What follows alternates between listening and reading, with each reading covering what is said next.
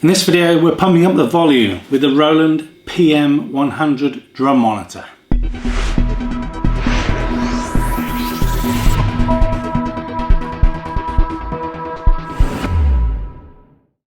So it's past 11 PM at night right now, so we're not going to make too much noise, but we have to make the time when we have it to do these reviews. And I wanted to share with you something I recently picked up, with this Roland PM-100 Drum Monitor. Been thinking about getting one of these for a while to go in my V-Drums, and I thought about getting the PM10 for a while, but Roland have just released this PM100 as well as the PM200, and I thought I'd pick one up and I'd share that with you and kind of explain kind of how it works and what the differences are. So, as I mentioned, there's basically a PM100 and a PM200. Aesthetically, they look almost identical. So this one, the PM100, is 388mm wide, 407mm in depth, and 354mm high. The PM200 comes in a little bit bigger, 458mm wide, 469mm in depth, and 420mm high. This PM100 is 80 watts and has a 25cm woofer and a small tweeter in there as well. And the PM200 has 180 watts and a 30cm woofer. So again, significant difference, but not too much. There's also a weight difference as well. So this one weighs 13.5 kilograms, whereas the PM200 weighs 21 kilograms. And also in terms of power consumption, if you're worried about that kind of thing, this one consumes 36 watts and the larger one is 64 watts. So that's pretty much in terms of power and weight.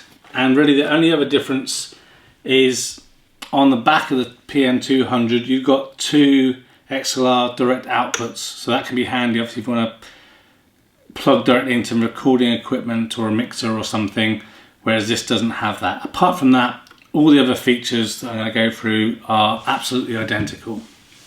So obviously this is designed by Roland to be a personal monitor for the V-Drums. It doesn't come with any cables other than the power cable and the manual, so you have to supply your own phono jacks. I just picked up a couple of Amazon at 2 meters to be able to do what I need to do.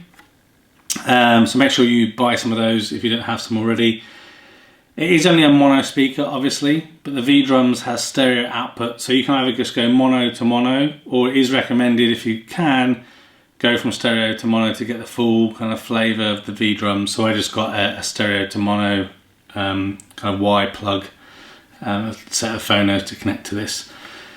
So what's really good about this is, like I say, it's pretty small, even though it's got a hefty weight to it, so it doesn't take up too much space. So I went for the smaller one because I'm only doing this at home. I don't go out gigging or anything, and really I'm just kind of a bedroom drummer, as they would say, and I'm not very good, but I enjoy it, so that's the main thing. And listening with headphones on obviously is one of the best things about V-Drums, the fact you can just do that. But one thing that I really miss about the acoustic drums is, you know, when it's the middle of the day and no one's about, really giving it some and kind of feeling the vibrations of that bass drum kind of through the floor and everything. And this brings that aspect back to it, so it's really good. And obviously you can monitor and adjust the volume, everything. And the other handy thing is obviously you can still have your headphones plugged in and have this plugged in at the same time, just turn it on and off as you need it, so ideal. So on the back is a power plug, just standard kettle lead that comes with it, like I said. Then you've got two inputs, so both phono jacks, both have their own volume control, so that's perfect. So obviously you can plug your V-Drums in here, and then if you've got someone that you're jamming with who's an electric guitar or something, you can plug them into line 2 and adjust your the volume of that second line as well. There's also a 3.5-inch jack plug here that you can directly plug in a computer or an iPod or something if you want to have music playing there. You have to obviously have to adjust the volume of that on the device itself. You can't do it here, but that's fine. And then you have your own individual bass and treble for the speaker as well. So obviously this affects both of the line in, so it's not independent, it's only the volume that's independent, but it works really, really well. I'm super impressed with it. So I recommend, if you kind of got a set of V-drums and you want something to kind of add a bit of punch to your playing experience when the time suits, then pick up something like this. If you have a larger space, or perhaps if you go to clubs or venues, then you might want to pay the extra and go for the PM-200. But even this little one, it does pack a decent punch. So we'll close off the video. I'll pop this over to the V-drums and plug it in so you can hear what it sounds like. I'm not going to turn the volume up really high because, like I said, it's past 11 PM at night and the neighbours won't appreciate that, but hopefully you get some feel of what it sounds like through the microphone. So stay tuned. Okay, so as you can see for now, I just got this tucked in under my V-drums. So I'll put the camera down and then see what the sound comes through like. Here's the hi-hat.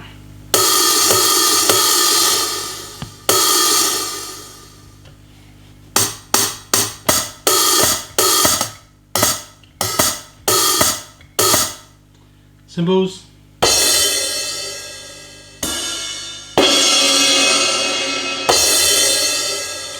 Bass.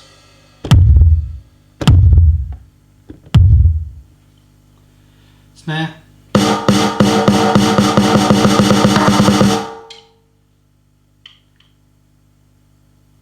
Toms.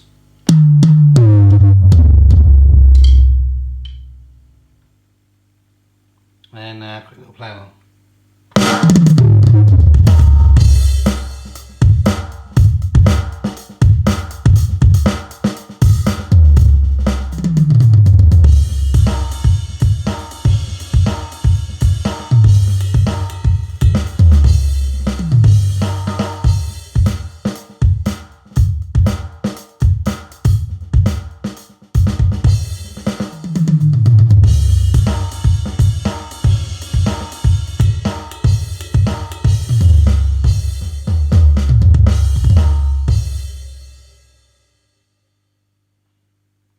That's it.